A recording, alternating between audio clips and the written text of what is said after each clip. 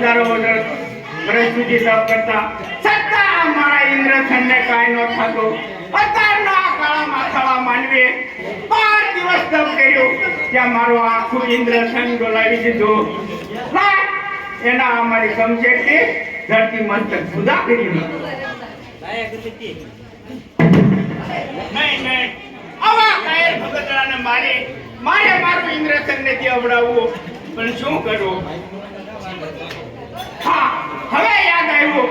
સર્વદેવાએ મને ઇન્દ્રસનની ગાદી સોંપી હતી. ત્યારે મને કીધું હતું, હે ઇન્દ્રદેવ, જ્યારે તમને સંકટ પડે ત્યારે અમને યાદ કરજો. માટે લાય આજે બ્રહ્મદેવને બોલાવો. હે આજે ઇન્દ્ર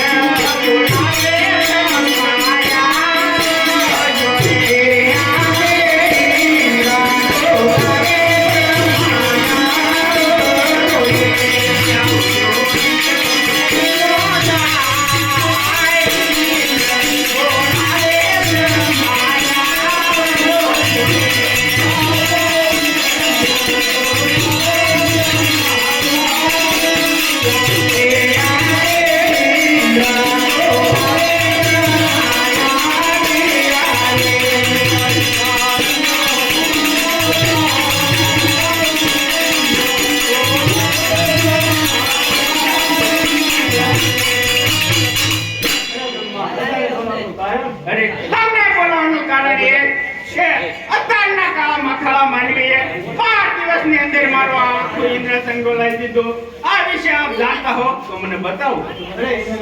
આ વિશે તો કાઈ નથી જાણતો.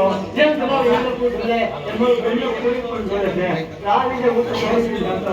આ છે મને આ વિશે બીજું કોણ જાણતું હશે? આથી મોટા વિષ્ણુ છે એ જરૂર જાણતા હશે. તો એમ ના બોલો. આજે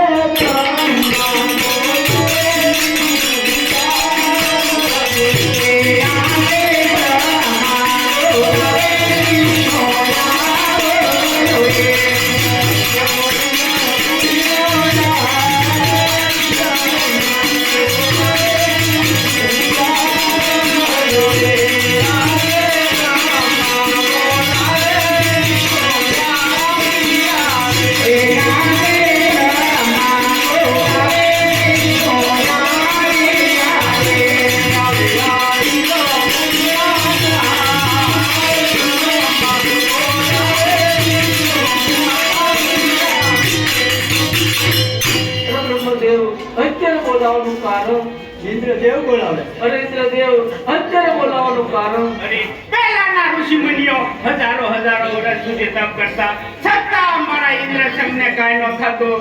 અત્યારના કાળા માથાળા માનવીએ 5 દિવસ તપ કર્યું કે આખું મારો આ ઇન્દ્રસન ડોલાવી દીધું. આ વિશે આપ જાણતા હો તો મને બતાવો. અરે ઇન્દ્રદેવ શાંત થાવ. જેમ તમારી ઇન્દ્રપુરી ડોલે છે તેમ જ મારું વૈકુંઠમાં ડોલે છે.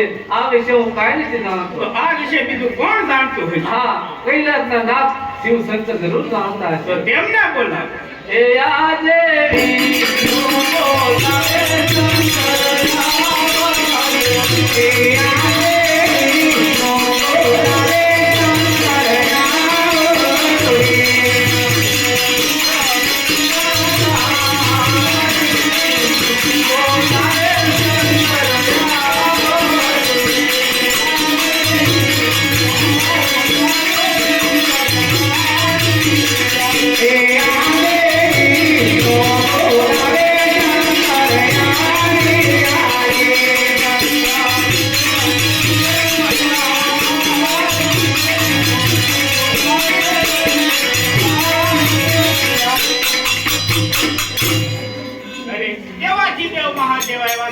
તો ચાલો તેમની સ્તુતિ કરીએ. ચાલો. હે કૈલાસે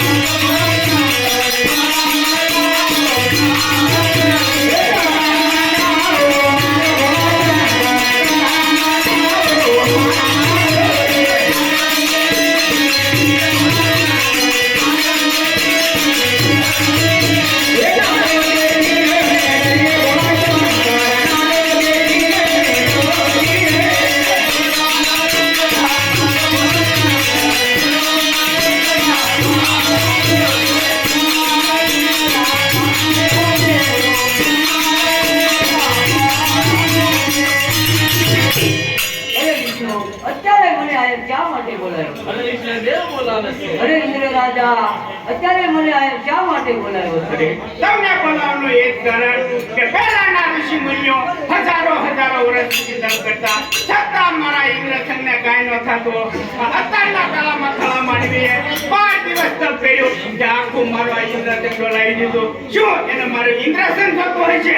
અરે નહીં ઇન્દ્ર રાજા, તમારા ઇન્દ્ર સૂર્યને કાંઈ નથી પડી. એ તો એક મારો લાડીલો ભક્ત છે. ત્યારે હું સપનારૂપી દર્શન આપી અને સમજાવી દઈશ. તમે તમારા પોતપોતાના આસને જાઓ. આ ઇન્દ્ર જાઓ તમને